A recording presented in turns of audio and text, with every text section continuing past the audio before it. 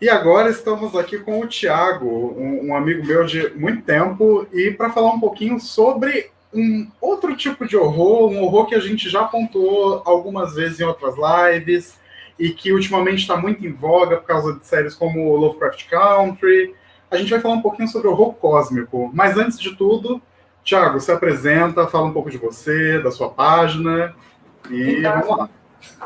Olá, pessoal. Olá, Gustavo, tudo bom, meu amigo? Muito obrigado pelo convite desde já, essa maratona sensacional que vocês estão fazendo aqui. É sempre bom falar de terror todo dia, então tá certo. Então, bom, o Gustavo já falou, eu sou o Thiago Costa, eu tenho uma página no Instagram chamada Toró Aleatório. Eu sou de Belém do Pará, né? Então, mais regional do que isso, o nome é impossível. Então, lá eu falo sobre faço algumas críticas literárias, críticas de filmes, então vou falando minhas besteiras por lá. Eu curso letras na Universidade Federal do Pará, então eu vou tentando trazer um pouco das coisas que eu estudo para lá. E tem um galo cantando aqui, que é um galo louco, às 6 horas da tarde. Então é isso. A gente vai brincando, vai conversando, vai tentando falar mais e mais e expandir, né, o fazer literário, né, no caso. A gente vai conversando sobre isso e democratizar a literatura, para mim, é a coisa mais importante no debate social. Então, a gente tenta fazer isso. Nossa, eu não sei nem o que falar depois disso. A gente ainda tem 1 hora de live e você já me deixou sem palavras, mas é isso mesmo, assim. Mas, enfim, o horror cósmico é uma variante bem peculiar, assim, do horror, porque muita gente nem mesmo sabe o que isso significa. O povo acha que o horror cósmico é qualquer coisa que tenha monstro gigante, que tenha tentáculo, e enfim, e é isso. E não é bem assim. O horror cósmico ele tem umas particularidades muito, muito grandes, assim. A gente conhece muito ele da literatura, hoje em dia o cinema está trabalhando ele, a TV está trabalhando, mas eu queria que você desse assim, uma explicação por alto, para quem não sabe, para leigo mesmo, do que é o horror cósmico. Acho que a primeira coisa que a gente deve tentar desvincular o horror cósmico, que é muito colocado no senso comum, até mesmo pelos fãs da obra do Lovecraft, que obviamente foi o cara que meio que definiu esse gênero, que tem que ter tentáculo. Então, não, o horror cósmico não é algo que deva ter tentáculo, não é só algo que, se tem algum tentáculo, tu viu, olha só, isso daí é horror cósmico. Basicamente, o cerne do horror cósmico ele vem de uma estética que é o cosmicismo, que trabalha muito a questão do próprio materialismo filosófico com o niilismo existencial. O que é isso, basicamente? É que o ser humano, perante as leis do universo, perante a realidade, ele é mísero, ele é ínfimo, e a realidade, a verdade que existe por trás de tudo, ela é muito grande para que a mente do ser humano consiga comportar tudo isso. Então, é basicamente a questão do terror do desconhecido, o horror ao desconhecido. Há alguma verdade que ela é muito forte, que ela abala a tua própria fé, e não uma fé deixando apenas limitada a questão religiosa, mas uma fé no geral, principalmente voltada para a questão do cientificismo, né, da ciência. Então, essa questão do horror cósmico, ela vai tentando abarcar esse desconhecido que está ao teu redor, apesar de ter um cósmico no nome, não necessariamente significa que é algo fora do planeta Terra, algo interplanetário, mas é algo em relação a um todo, a um universo que está ao redor de um indivíduo e que as leis e as coisas que existem, as tradições que existem, não são o que a gente acha que é. Na verdade, são importantes que o que causa é insanidade quando a pessoa entra nessa loucura, né? Então, o horror cósmico trabalha muito isso. E, cara, um monte de obras vem pegando essa temática sobre esse tipo de contar a história. Não só tentáculos, lembrando novamente.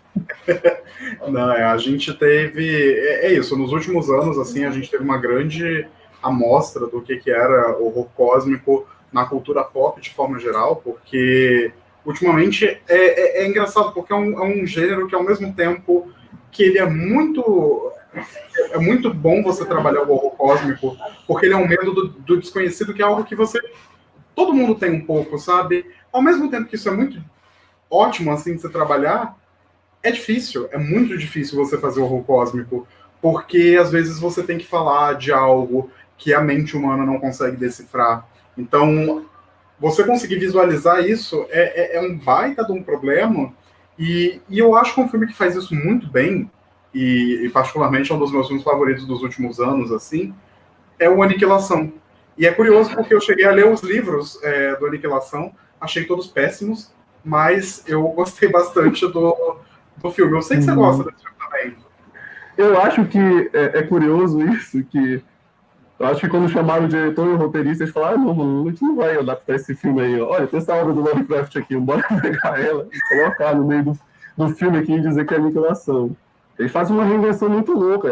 Como tu falou, transpor o horror cósmico para algo visual, porque quando é ligado muito à literatura, a gente tem muitas questões de narradores não confiáveis que estão relatando para ti coisas que podem ser ou não reais, tem aquela hesitação entre acreditar nisso que é sobrenatural ou pode ser algo que só seja uma loucura da cabeça dele. Tem as criaturas amorfas que são colocadas em adjetivismo de inomináveis, fulgurosos e que o personagem não consegue descrever. E transpor isso para uma tela é um baita de um desafio, porque, enfim, o cinema é visual, né, cara? É muito visual, então a carga, o peso daquilo vai estar ali na tua frente. E a Aniquilação consegue isso. A Aniquilação consegue trazer uma vibe bem interessante para o subgênero do horror cósmico e de uma maneira bem peculiar, né? De uma maneira bem curiosa também.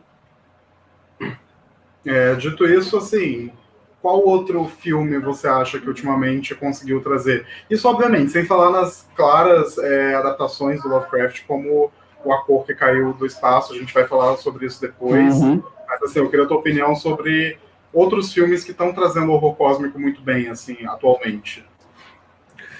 Acho que um dos recentes que eu acho que traz uma questão do horror cósmico bem interessante, ele não é tão recente assim, mas é de 2017, na verdade. O nome dele é Oculto, é The Endless, no original. Ele foi feito por dois diretores, o Josh Benson e Jason Moorhead, totalmente independentes, os caras fizeram esse filme. E é um filme que ele trabalha a questão do culto. Né? O culto, tu até escreveste um artigo super interessante do Legião dos Heróis sobre a ascensão dos filmes de culto, novamente. Quem estiver vendo aqui a live, depois pesquise esse artigo, que é muito bom. E eu gosto da ressignificação que esse filme traz para o ideal de culto, principalmente quando ele liga ele vinculado a uma entidade cósmica, uma entidade que, na verdade, não necessariamente cósmica, a gente não deixa isso explícito no filme, mas uma entidade que paira naquele local e que está observando a todos, e que o melhor, ela não aparece. Então, a intuição, eu acho que ela tem uma efetividade muito grande na hora de te colocar medo, né? De te colocar no terror, de fazer com que aquele sentimento de angústia ele venha à tona quando só tem uma intenção, não necessariamente algo sendo espelhado na tua cara. E o culto ele faz isso muito bem quando ele trabalha na questão dos personagens e o horror que cada um tá tendo ali, tá sentindo ali, e presos por um local onde essa entidade domina completamente, e ela pode fazer isso de gato e sapato. O que vai novamente, o que eu acho de acordo com a estética do horror cósmico, de que nós somos só aquela formiguinha que a bota do universo pisa e varre a gente para debaixo do tapete, saca? Então, esses filmes que trabalham essa questão da neutralidade, de uma inexistência do ser humano e de uma coisa tão ínfima perante o universo, acho que eles conseguem captar muito bem a essência do que é o horror cósmico, seja na literatura, no cinema. Eu concordo bastante. E eu acho que, assim, acaba que quando a gente fala de horror cósmico, a gente precisa voltar um pouquinho para a literatura e a gente precisa voltar para uma base que eu sei que muita gente ama e muita gente odeia. E tem gente que também gosta das criações, mas não gosta da pessoa, que é o próprio, o famigerado H.P. Lovecraft, né? E eu sei que você gosta muito das obras do homem e é óbvio, a gente já teve essa discussão várias vezes de como o cara era genial por um lado, mas por outro ele era um grande desgraçado, extremamente racista e tudo mais. Mas hoje em dia o que a gente mais vê é uma tentativa muito grande, eu acho isso muito válido, de você puxar o horror cósmico do Lovecraft e até mesmo as criações dele e desvincular da figura dele, assim. É óbvio, a gente precisa ter em mente que artista não separa da arte, o criador e a criação, eles estão ligados, assim, mas hoje em dia você tem esse movimento para a gente se apropriar do horror cósmico e se livrar de toda essa influência do Lovecraft. Mas o que você tem a dizer mais ou menos sobre isso? Eu acho que é muito importante ter a ressignificação do horror cósmico. Eu acho que as ideias elas não precisam ser estáticas em seus tempos e perpetuar ideais do século passado, saca? Ou quando a gente pega a estética da literatura do século XIX, tem muito a questão do outro vinculado, principalmente puxando da estética gótica, do estrangeiro, daquela pessoa que está vindo de determinado local para tomar o teu lugar aqui, sabe? O Guy de Maupassant, que é um autor francês, ele escreveu um conto chamado Orla, onde, inclusive, o mal que abarca ele escreveu isso em 1886, ele acha que veio de um navio que veio do Brasil. É muito curioso quando ele fala isso. Eu acho que aquilo veio daquele navio brasileiro, quando eu vi, não sei o que. Ele fica, como assim, mano? Do Brasil, tá maluco? Então, tem um autor, um teórico, que é o Jeremy Jeffrey Cohen, ele tem um ensaio que ele fala sobre a cultura dos monstros. E como os monstros, eles são, de certa forma, idealizações e anseios de determinadas épocas, transplantados para suas mídias. Então, o que o Lovecraft colocava com aquelas figuras inomináveis que ele criava, né? A xenofobia dele estava muito presente ali, né? É o estrangeiro que vinha tomar o lugar dele ali no mundo, o estrangeiro que vinha para o local lá e se espalhava, como ele dizia, né? Então era um racismo, uma xenofobia muito forte na obra dele. E de que muitos autores na época bebiam essa questão dessa xenofobia. E a questão grande é que isso fica muito marcado na história, né? Se você for pegar algumas obras do autor, é muito difícil tu separar a grande parte dos comentários que ele tem. A gente pode vir alguém falar, não, mas tem que separar o autor da obra e tudo mais, o autor escrevia em primeira pessoa, tem que levar em consideração o personagem que está narrando aquilo, e não o autor. Mas é impossível. É impossível tu ter uma mente tão, eu digo assim, às vezes uma mente tão elevada, talvez, para não notar essas coisas. Então, para mim, essas obras elas precisam ser ressignificadas o quanto antes. E quanto mais elas vierem, melhor. E eu fico muito feliz delas estarem acontecendo. Lovecraft Country foi um exemplo grande disso. Eu acho que ela conseguiu, de uma maneira primordial e primorosa, ressignificar a ideia desse universo. Veio de um livro e veio de uma maneira que eu achei muito melhor na série do que no livro, principalmente levando em conta todas as pessoas que estavam envoltas na produção, as pessoas que entendiam o que estavam falando. Na literatura tem um autor que está começando também, principalmente a ressignificar as obras do autor, que é Tom Felton, eu acho que é o nome dele, não, Felton, não estou lembrado, mas ele tem um livro chamado A Balada do Black Tom, onde ele pega o horror de Red Hook, que é um dos textos mais racistas do Lovecraft, e ele inventa ele completamente.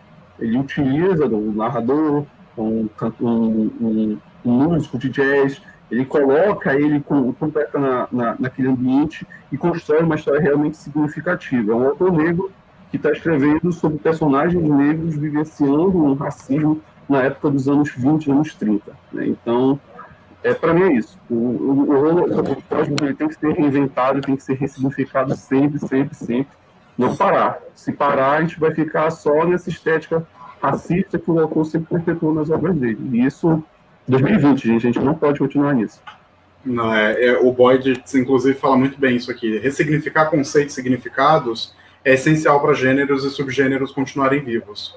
Sem fingir que o passado obscuro não existiu, apenas seguir em frente, aprendendo com os erros e fazer o contrário. É bem sobre isso mesmo, e eu acho que realmente é muito interessante você observar hoje em dia como existe uma grande... esse movimento, assim, de se apropriar das criações do Lovecraft e de trazer coisas diferentes dentro das obras. Depois a gente vai falar um pouquinho sobre Lovecraft Country, que é um assunto que vai render um bom papinho aqui, ainda mais que está muito fresco na memória, mas, querendo ou não, o Lovecraft ele tem criações geniais, assim, gente. O mito de aí varia como que cada pessoa fala. Eu falo tio Lulu, e é isso. E eu falo tio Lulu sabendo que eu tô falando tio Lulu, e é isso. A minha namorada chama de Tchucu-Tchuco, então... São as várias variações que tem, né? Chamado de choco-choco, eu acho bacana. Não, mas com certeza. Eu acho que o mito em si é muito interessante. Ele é passado através de várias mídias, assim. Você tem na literatura, você tem nos jogos. Eu sei que você também gosta bastante de jogo. Você tem no cinema, nas séries de TV. Então, é interessante que esse mito seja passado de novo, porque, querendo ou não, é uma parte interessante, assim, da nossa história de horror, mas é também muito interessante que esse mito esteja sendo trazido com perspectivas diferentes e com visões diferentes, sabe? É muito bacana mesmo. E é engraçado porque agora a gente entra no território Lovecraft, para falar um pouquinho de Lovecraft Country, mas é engraçado como a série da HBO, e não apenas a série, mas o livro do Matt Ruff, que deu origem e tudo mais, consegue fazer uma subversão muito interessante do horror cósmico. Porque eles tiram a ideia do monstro colossal e gigantesco que a mente humana não consegue entender. E ele transforma isso no racismo. O grande monstro colossal que a gente não consegue compreender humanamente é o racismo. E eu acho muito interessante, assim. Você gostou da série? Eu gostei muito, muito da série. Eu fiz lives toda segunda ou terça-feira. Eu fazia live com um amigo meu, Rodrigo Bastos, que eu acho que inclusive deve estar aqui pelo chat comentando. E é muito bacana como essa série veio num momento tão certo. Eu acho que de certa forma, cara, né? A gente teve o Watchmen no ano passado, que trouxe algumas discussões bem pertinentes, trouxe Tulsa para o mundo, né, o discurso de Tulsa para o mundo, e isso foi muito forte. E veio o Lovecraft Country, olha aí o Rodrigo, e veio o Lovecraft Country e trouxe tanta coisa, cara, tanto aprendizado, tantas maneiras de se olhar empaticamente, assim como alertas, críticas, as coisas que a gente tem que abrir os olhos, que aquilo é uma série que se passa nos anos 50, mas acontece diariamente, né? Se tu abrir uma página de um jornal aí no site, você vai ver infelizmente, várias crimes contra pessoas negras e afins. Então, é muito forte como essa série trouxe, de uma maneira tão peculiar, de uma maneira tão interessante, esse tipo de questionamento, né? Que no caso ela se valeu do horror cósmico para falar sobre isso, né? O que eu volto novamente para o meu discurso no começo, que foi uma série que a fanbase de Lovecraft, né? O pai do amigo do Virgil, do Super Choque, como eu digo, aquele branco de louro, não gostou, né? Não tem nada. Os comentários eram tipo: de Lovecraft só tem o nome, isso não é horror cósmico. E, infelizmente, cara, é complicado. E a gente vê que a série realmente está batendo nisso, porque se essa pessoa não entendeu, então realmente essa coisa precisa ser falada. E cada episódio ficava sem palavras para as coisas que eram mostradas, de uma maneira que eram mostradas, principalmente de resgatar todo aquele ideal das revistinhas pulps que o Lovecraft gostava, né? Que o Lovecraft se colocou dentro desse universo. E cada episódio, seja um episódio de monstro, um episódio de Casa Assombrada, um episódio sobre caça ao tesouro, um episódio de body horror, um episódio do afrofuturismo, que foi um dos melhores episódios para mim. Então, é muito bom, é muito, muito bacana, e eu apreciei demais essa série. Eu já estou até com saudade dela, porque todo domingo virou meio que um rito, né? Algo que eu fazia semanalmente, acompanhar e debater, pesquisar, conversar, aprender, né?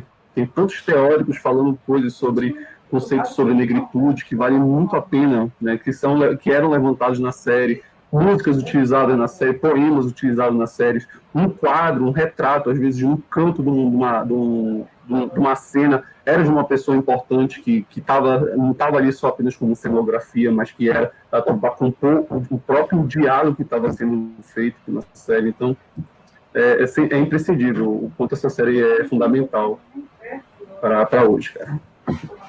Não, com certeza. Eu, inclusive, sou uma das pessoas, junto com Carissa, que tá, assim, na torcida feroz para que essa série tenha uma segunda temporada. A Misha Green já deixou meio claro assim que os planos são de continuar, de que ela tá com ideias ali para o futuro, mas eu acho que o que o Lovecraft Country faz é isso. E se você é o tipo de pessoa que acha, ai, mas não tem nada de horror cósmico na série, reavalie seus conceitos de horror cósmico, porque é um cósmico tão denso que ele existe do nosso lado. E ele não precisa existir, tipo, na literatura, ele não precisa existir no cinema, ele existe no mundo real. Uhum. E a forma como isso é trabalhada é sensacional, assim. Ao mesmo tempo que isso levanta uma questão que eu já vi muitas pessoas se perguntando, que é a seguinte: afinal, o Lovecraft realmente é o pai do horror cósmico? Ele foi a pessoa que realmente cunhou o termo e criou tudo isso? Ou ele se apropriou de algumas coisas que já vinham sendo feitas antes? O horror cósmico, ele foi de um termo feito pelo autor, mas ele não foi o criador do estilo de fazer horror cósmico. Ele tem um ensaio de 1927 que se chama Horror Sobrenatural em Literatura. É um ensaio com quase mais de 20 mil palavras, onde ele escreve o que necessariamente ele acha que seja a literatura Word, né, o Word Tale, né, que era a literatura que escrevia, literatura estranha, e como o horror nessa literatura se figurava. Então ele dá muitos exemplos de autores anteriores a ele, contemporâneos, alguns até, que faziam com que a estética da escrita dele tivesse efeito. Ele cita o Edgar Allan Poe. O Edgar Allan Poe foi não em tema, né? O Edgar Allan Poe ele gostava muito de trabalhar a mente dos personagens, mas a questão de forma, né, de estrutura narrativa, o Lovecraft se apropriou do Edgar Allan Poe. Né? São aqueles personagens que começam relatos falando para ti, e esses relatos a gente não sabe necessariamente se aconteceu ou não. Às vezes o cara já está cometido por uma loucura, então vem toda aquela tona do narrador em primeira pessoa, não confiável, tu não sabes se é o certo ou o errado dele. O Lovecraft se apropria disso para criar o horror cósmico dele, que ele achava, para ele, o Edgar Allan Poe era o deus da ficção. Para ele era o cara que manjava muito de narrativa, era o Edgar Allan Poe. A Anne Radcliffe, que é uma grande expoente do romance gótico, ele elogiava bastante a ambientação que ela colocava nas histórias dela, de como deixar os personagens envoltos em uma aura de mistério e terror. E isso veio... Ele pegou, é como se ele fosse pegando os autores, só pegando para a caixinha dele, opa, eu quero isso desse aqui, isso aqui desse. O Lord Dunsany foi um autor que ele gostou muito dos panteões que ele criava. Então, ele foi lá, pegou toda essa estética dos panteões que ele criava para as histórias deles, esses deuses oníricos que existiam além dos véus do tempo. Então, a gente tem todo um ciclo do Lovecraft que é chamado ciclo dunsaniano, e também conhecido também como até o ciclo dos sonhos, que é basicamente que o Neil Gaiman utilizou também como base para fazer o sonhado Sandman. Então, Lovecraft pegou essa ideia para ele. O Arthur Machen, que era um autor que adorava criar livros fictícios para as histórias dele, tinha essa ideia de trazer uma certa verossimilhança de um livro que tu fala, será que esse livro existe de verdade ou não? Lá foi o Lovecraft pegou, vou pegar essa aqui, criar um Necronomicon para mim e tal. O Algernon Blackwood, ele fala que ele tem Os Salgueiros, que é uma obra dele. O Lovecraft achava que era a melhor história de terror da história, da época assim, dele. Sabe? Esse cara que escreveu a melhor história de terror. De fato, Os Salgueiros é uma história muito, muito interessante mesmo. E nos Salgueiros a gente consegue ver o grande ponto da essência do que o Lovecraft queria para o horror cósmico, que é basicamente eventos que são contra todas as explicações lógicas, explicações naturais, e que por uma estética ela parece parece de contra qualquer racionalização. Só que o que é o todo? Ele pegou todas essas coisas para a estética da narrativa dele e tentou melhorar. Então, no horror cósmico, basicamente, ele meio que condensou todas essas ideias e criou um conceito. O cosmicismo, né? O horror cósmico pode ser chamado também, as pessoas podem ver, tem vários termos, o horror cósmico, o horror Lovecraftiano, cosmicismo, é basicamente a mesma coisa. Então, são aqueles personagens que, depois de um tempo de maturação das ideias deles, a gente percebe que existe um nível de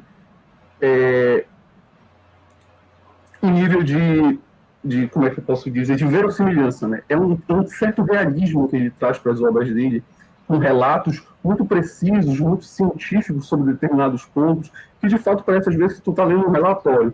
E o modo de Lovecraft querer utilizar no tipo de narrativa dele como diários, cartas, faz com que isso seja um documento, quase como se tu fizesse parte da narrativa. Na teoria da narrativa, existe um conceito que é o de narratário, que seria o leitor virtual, de certa forma, entre aspas, o leitor virtual, né? O leitor para o qual o autor escreve, né? O narratário da história. Então, tu está lendo um documento. Então, é basicamente como se tu tivesse inserido dentro daquela história, lendo aquele documento de fato, como se fosse um documento real. Nas Montanhas da Loucura começa com um relato que o cara está mandando para os pesquisadores como se fosse tipo aqueles relatórios de pesquisa científica, sabe, de CNPq, essas coisas, o cara está mandando um relatório desses lá e começa assim o livro. Então, toda essa questão da Universidade Miskatonic, que é uma universidade que, caramba, parece que existe mesmo, o próprio Necronomicon, que muita gente diz que tem uma cópia em casa, então, essas coisas, elas vão sobrevoando tanto o imaginário da época, o imaginário das pessoas que leram essas histórias, que é muito crível, começa a ficar muito próximo.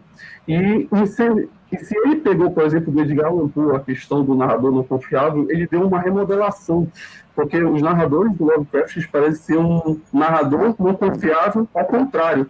Porque o narrador, ele te explica exatamente tudo o que aconteceu, ele fala de maneira racional tudo o que aconteceu. E isso é um traço muito importante das obras dele. Os narradores, eles têm um nível de racionalização muito, muito objetivo, muito certo. A gente sabe que os personagens eles estão inteirados do que está acontecendo com eles. Só que o que acontece ao contrário é que a gente não duvida deles, eles duvidam deles mesmos. Então ele fala, caramba, aconteceu isso. Eu sei que isso é assim, assado. Mas caramba, eu começo a duvidar da minha própria mente.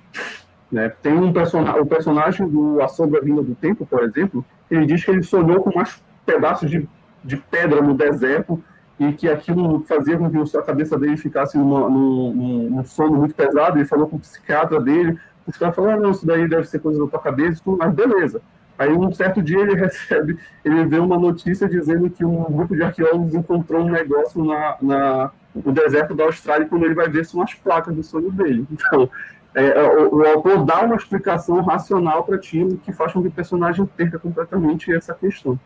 Então, o horror cósmico se estabeleceu assim, se estabeleceu dessas várias referências que o autor tinha de autores que ele considerava autores excelentes na escrita de horror e que ajudaram ele a construir esse subgênero que até hoje é utilizado. Né? Stephen King está aí para abraçar as obras de horror cósmico de uma maneira surreal, cara.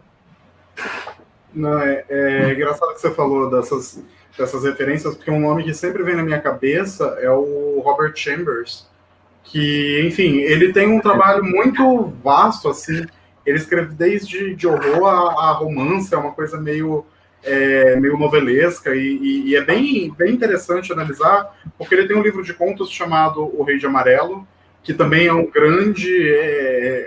dos grandes pilares, assim, do horror cósmico, e eu já recomendo, assim, eu sei que o Thiago também tem alguns problemas com esse livro, porque ele é uma coletânea de contos em que 4 contos são de terror e os outros 4 são draminhas que não tem nada a ver com nada, e enfim. Mas, assim, eu acho que os contos de terror, pelo menos, principalmente a Marca Amarela, que é um conto que eu gosto bastante, que ficou muito na minha cabeça. É muito bom. Eu recomendo que se leiam esses contos isolados, assim. Mas é bom que você falou de Stephen King, porque o horror cósmico ele também teve isso. Assim, hoje em dia é mais difícil você ter uma noção clara entre os subgêneros do horror, porque tudo se mistura um pouco. Então você às vezes tem um slasher que é musical e que tem, sei lá, elementos de revenge, sei lá, é isso.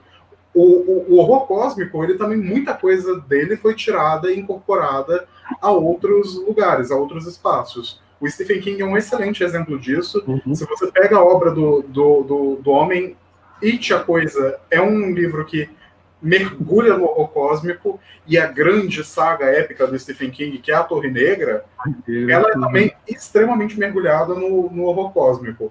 Mas o que você acha disso? Você acha interessante essa mescla de elementos? Eu acho muito bacana isso, porque mostra que a gente não vive uma homogeneidade de gêneros e de categorias, de que você escreve só X, só escreve Y, né? O Asimov, ele entrou em treta uma vez com o Robert Heinlein, né, o autor do Tropas Estelares, porque o Heinlein ele tinha uma ideia muito fixa do que seria ficção científica. E o Asimov falava, olha, cara, ficção científica é só uma capa que a gente coloca em uma história e o resto a gente vai escrevendo. Quer ver? Eu vou te provar. Aí escreveu Caverna de Aço. Caverna de Aço é um thriller policial onde tem um robô e um ser humano que são parceiros desvendando crimes. Então, o próprio Lovecraft, desde a época que ele escrevia, até hoje, se você for procurar em artigos acadêmicos, existe uma divergência muito grande. Tem gente que coloca ele só como autor de ficção científica, tem gente que coloca ele só como autor de horror, mas é perceptível que as coisas vão se entrelaçando. É impossível não ver esse emaranhado que tem de como o horror ele vai pegando, vai se fisgando em qualquer tipo de coisa possível. Alien, o Oitavo Passageiro, é um exemplo muito claro disso, né? É uma ficção científica em um espaço pequeno, uma criatura que aparece minimamente, que você não conhece nada dela, não tem conhecimento nada dela, assim como os personagens não têm, e o simples fato dela existir naquele momento ali faz com que abale o psicológico de todos os personagens ali, estão sendo traçados por algo que eles nunca viram na vida, sabe? Então, esse emaranhado é muito bom, cara. É muito bacana fazer essas entrelinhas das obras e mostrando que é um quebra-cabeça. Tu vai pegando uma peça, vai montando e cria a tua história. Isso, para mim, é ótimo. Para mim, esse é o verdadeiro tesouro de se escrever, eu acho. É quando tu tens várias ferramentas que te ajudam a contar a tua história. É bem engraçado isso, porque, por exemplo, todo mundo aqui nessa live sabe que eu sou um grande defensor de trecheiras, como Hellraiser. E para mim, Hellraiser não apenas Hellraiser, como muitas obras do Clive Barker, são imersas em horror cósmico. E não é o tipo de horror cósmico que a gente espera, que grandes deuses espaciais e que surgiram das profundezas.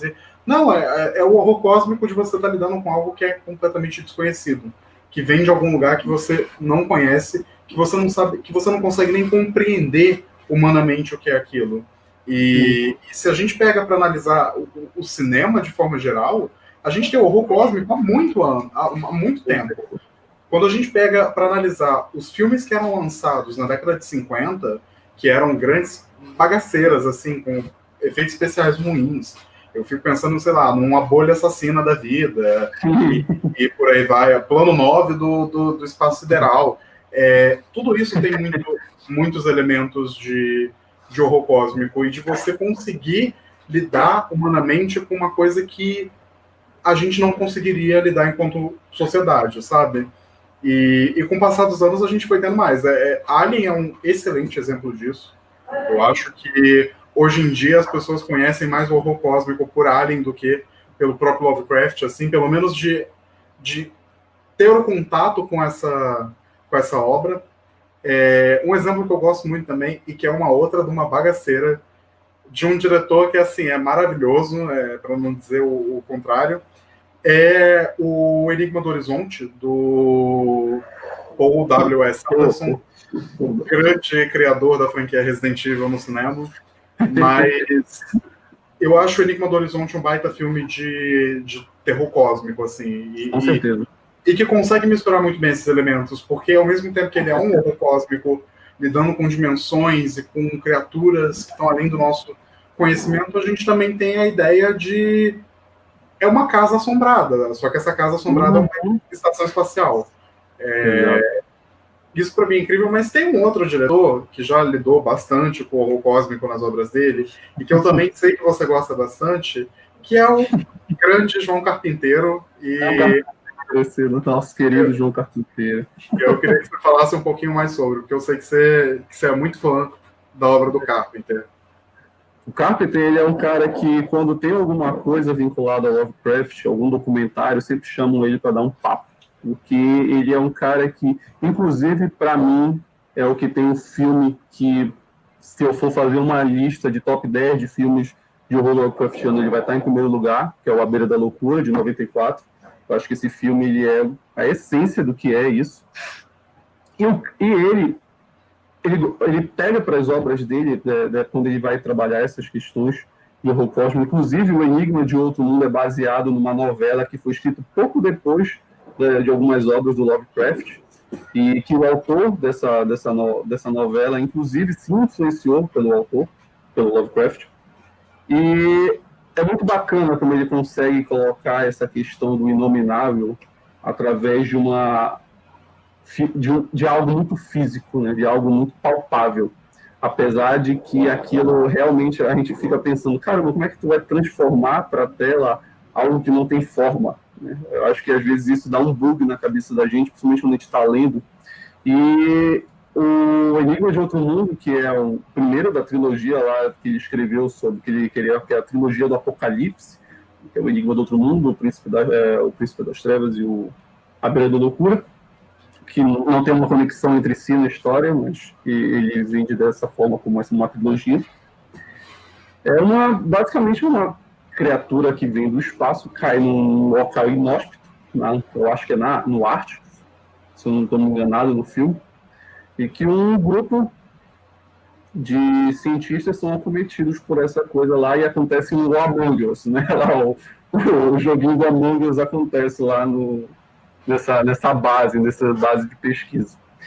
E o grande ponto dessas obras do Carpenter é quando ele consegue colocar de uma maneira muito bacana na tela a degradação mental dos personagens, que eles vão sentindo tudo que vai acontecendo.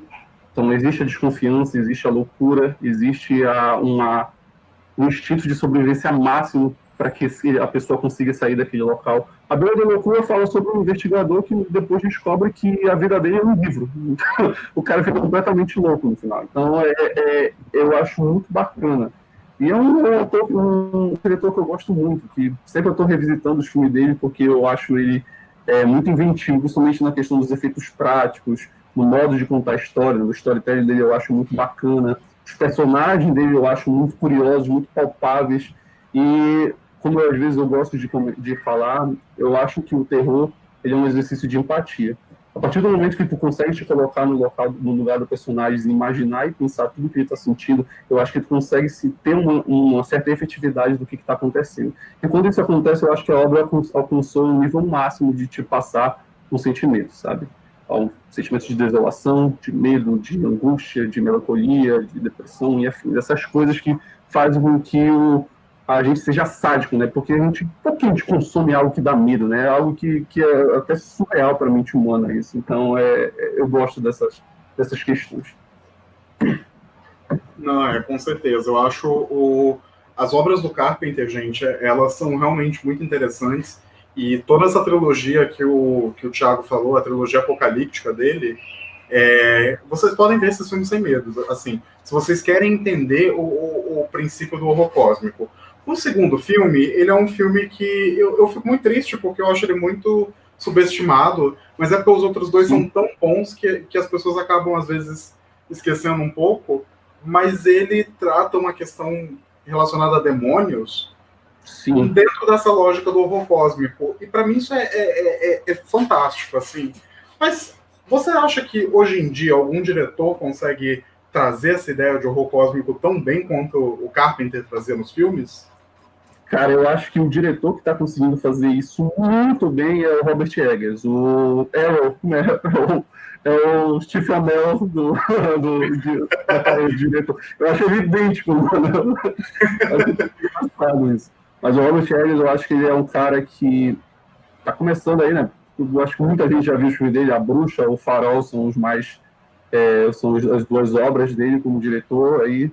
Então eu acho que ele consegue trazer muito bem a questão não só do próprio estética do horror cósmico, mas ele une ela à ideia, à essência da literatura ocidental, principalmente a literatura americana, né? Que a gente vê no A Bruxa a questão sobre a conquista da América, né?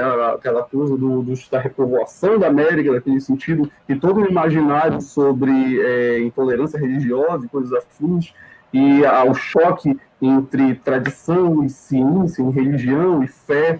E no Farol a gente tem um embate entre duas pessoas num meio do nada. Na literatura, as ilhas e o mar, eles realmente significam, às vezes, coisas vinculadas ao subconsciente, ao inconsciente. O próprio Lacan colocava isso muito nas obras dele, que as ilhas, elas são... O mar, ele vai pegando na ilha e é basicamente a tua mente colocando as coisas para baixo no teu inconsciente.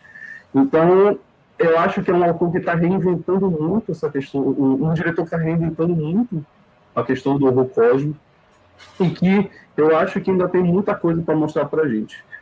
Obviamente não só ele, eu acho que tem uma galera aí que está fazendo um trabalho muito, muito bem. A Jennifer Kent fez muito bacana com o Babadook, o Jordan Peele ele faz um trabalho muito bom também, o Ari Aster faz, a Gabriela Almeida Amaral aqui no Brasil faz. Então, cara, a gente está bem servido de pessoas que estão com novas visões sobre esse tema hoje. Bom que você mencionou a Gabriela Amaral e autores brasileiros. E eu queria saber, assim, você que tem um vasto conhecimento, eu sei que você também escreve, mas e no cenário nacional, quem que está trazendo o horror cósmico de peso, assim, pra gente? Cara, aqui no cenário nacional, um dos autores que eu mais consumo e acho que trazem isso, esse tipo de horror, é o André Simões. Ele é um autor paraense, por sinal. Ele tem 3 livros onde ele trabalha ideias, significados. É o Zoom, o Rei do Nada, o Luz, o Deus do Horror, e o Tal, o Senhor da Putrefação. São livros de contos. E, cara, é genial. Porque ele pega uma estética meio do Borges, aliado ao realismo mágico daqui da América Latina, e vincula com a questão do horror cósmico de uma maneira tão pesada, tão íntima, tão psicológica, que faz com que tu embarque na escrita dele. Sabe? Então, se eu posso recomendar alguém hoje, daqui do nosso país, que está fazendo horror cósmico, eu recomendo o André Simões. E melhor, é aquela questão de ressignificar.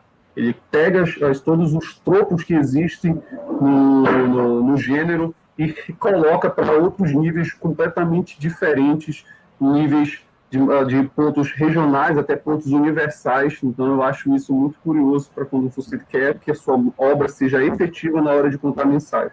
Ele tem uma frase muito interessante que ele diz que para ele a coisa mais importante da obra é a mensagem.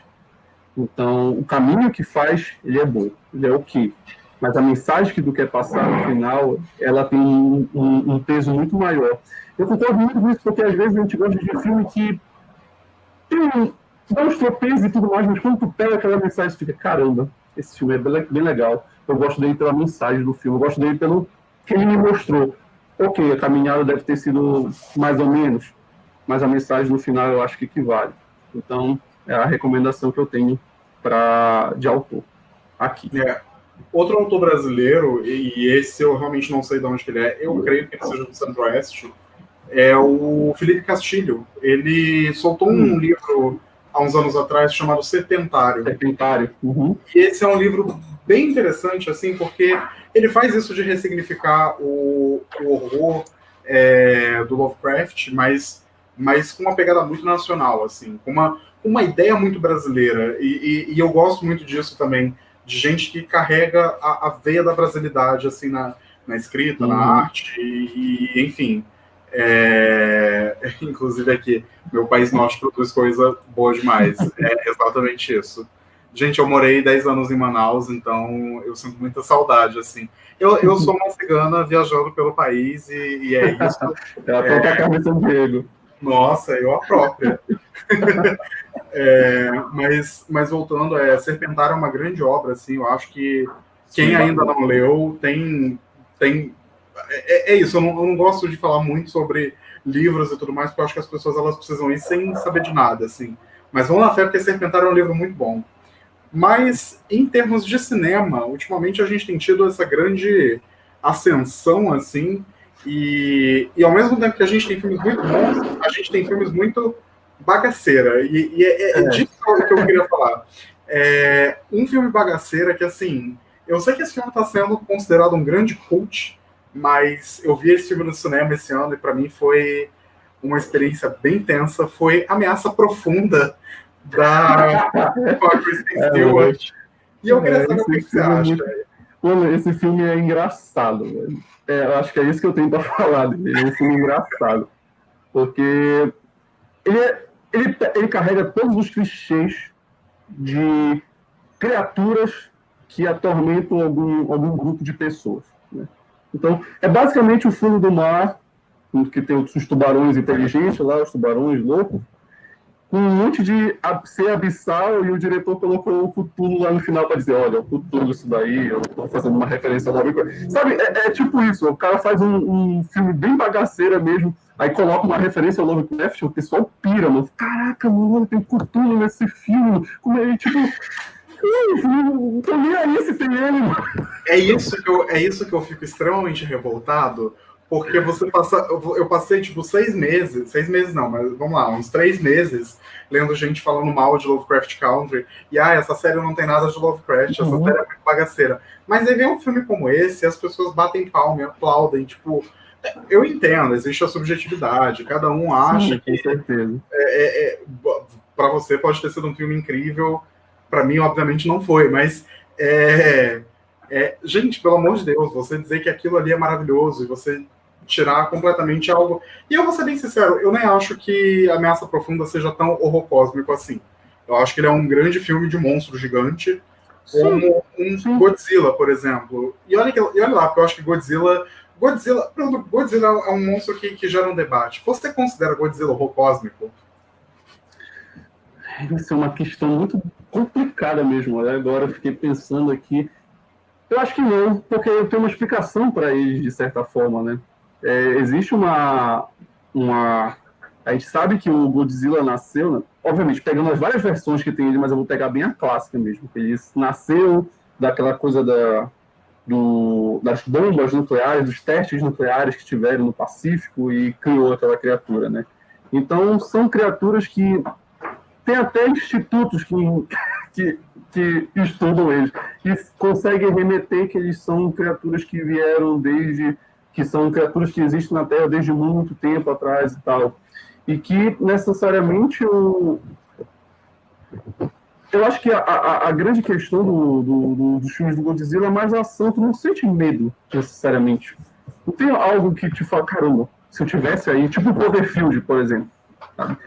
Caramba, se eu tivesse aí, eu realmente estaria me cagando de medo para esse negócio aí. Porque quando a gente vai ver Godzilla, a gente vai ver um Godzilla dando um soco no Ghidorah, por exemplo, né? A gente quer ver porrada de monstro, e é isso que a gente vai ver.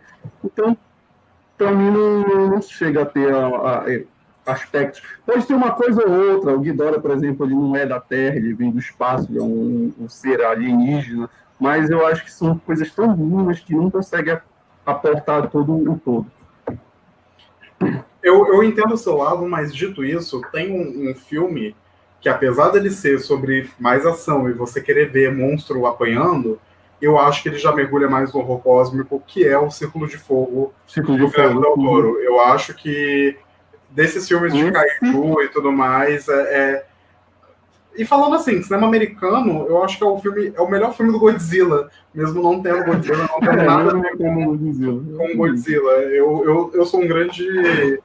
Eu tava estudando ultimamente a figura do Godzilla em si, tudo que ele representa, e eu sou um grande detrator dos filmes americanos do Godzilla, porque eu acho que aquilo ali é bobagem, assim, é uma grande massaveísmo de explosão e de gente apanhando, que para mim perde-se a essência da obra em si. Mas é bem interessante mesmo. Falando em bagaceira, a gente tem um grande exemplar assim, de bagaceira, que é o Nicolas Cage, e que ultimamente, surpreendentemente, está fazendo filmes muito bons, e justamente uns filmes envolvendo horror cósmico. Você viu A Cor que Caiu do Espaço? Vi A Cor que Caiu do Espaço. Se a pessoa falar, esse daqui vai virar acústico um tempo, eu concordo. Tá ok, cara. Esse eu deixo tu falar. Agora, Ameaça Profunda, deixa isso pra lá. É bacana, cara. É bacana ver ele se metendo nesse assunto. Em 2018 teve o Mandy, por exemplo, que é uma loucura, mano. É um filme, uma viagem alucinante, assim. Não necessariamente é um filme de horror cósmico, né? Mas eu acho que tem elementos. Eu acho que tem elementos. Tem elementos. Principalmente quando a gente vê na questão da própria estética da literatura pulp. Tá muito presente ali naquele filme dele.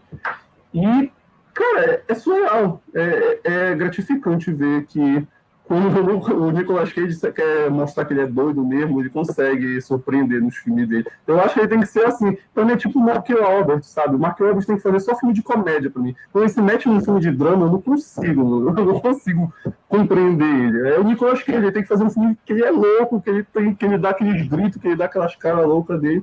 E não tem coisa melhor do que colocar ele num filme de horror cósmico, onde ele vai ficar completamente insano. Então, eu gostei bastante da Cor Cair do Espaço.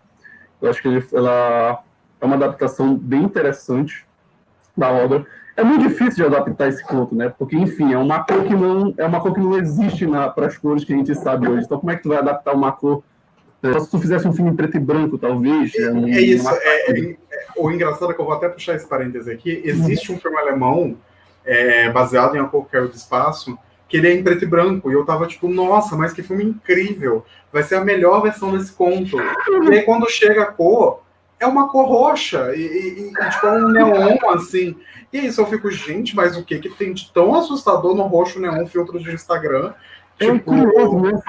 Essa cor o pessoal puxa muito para o roxo e o verde, parece que são muito associados ao horror Lovecraftiano. Sim. Isso aí.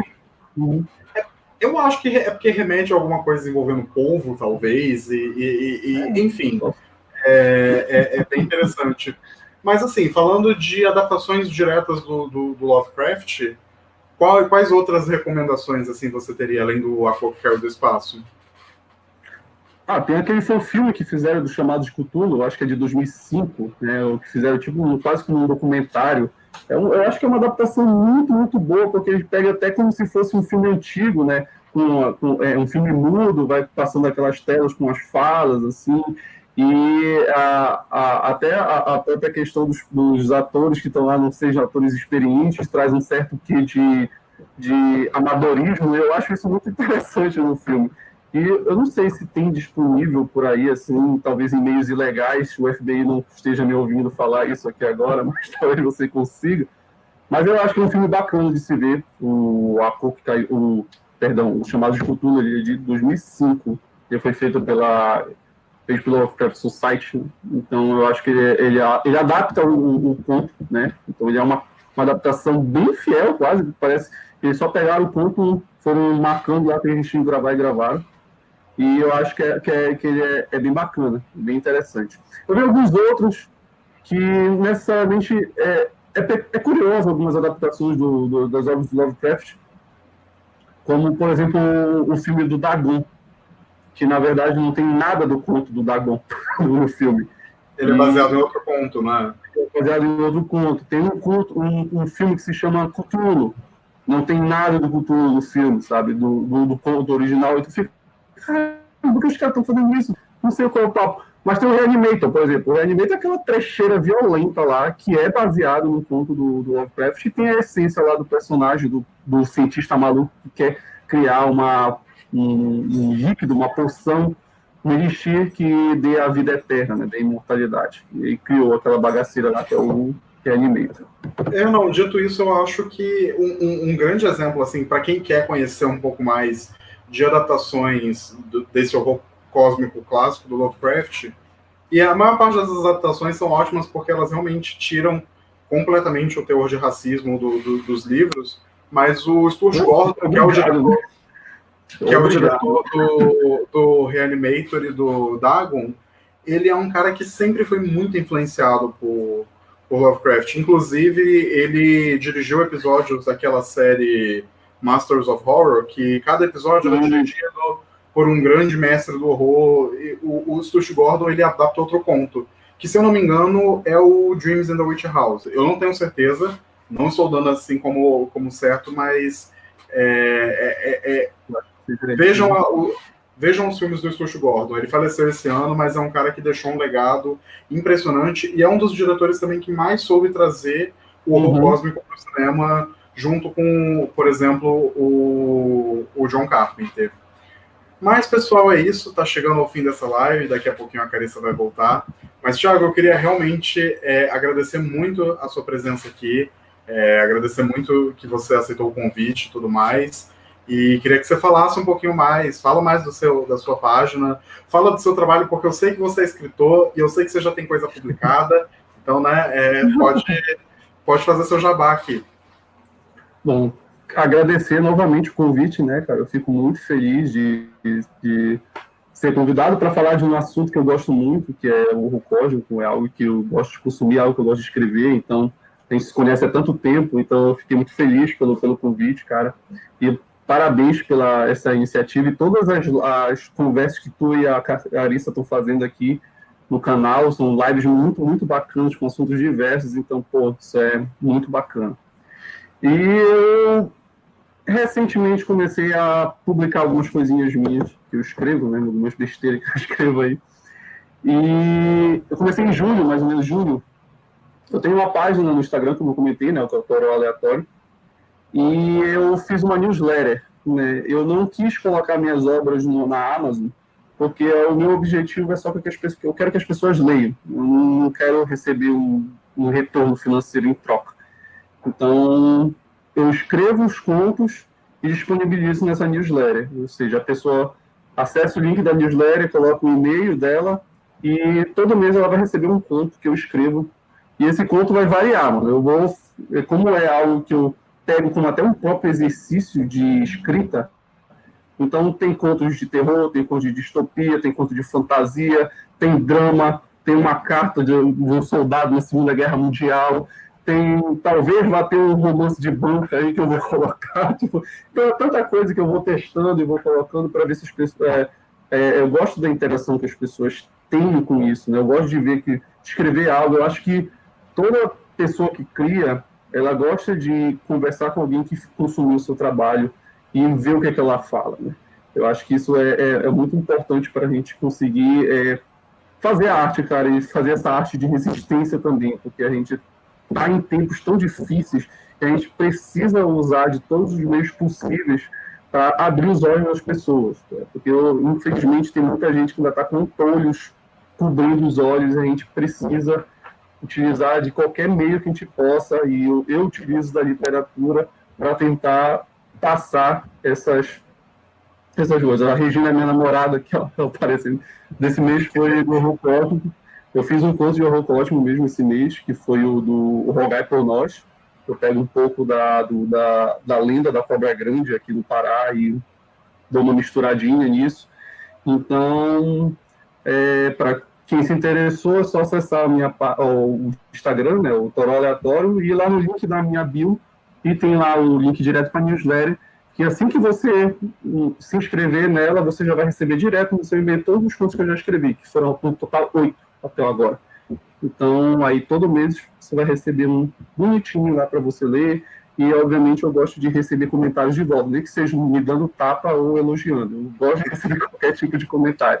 Porque às vezes a pessoa só gosta de receber elogio, né? Eu gosto de receber qualquer tipo de comentário, eu preciso saber onde é que eu estou acertando e onde é que eu estou errando.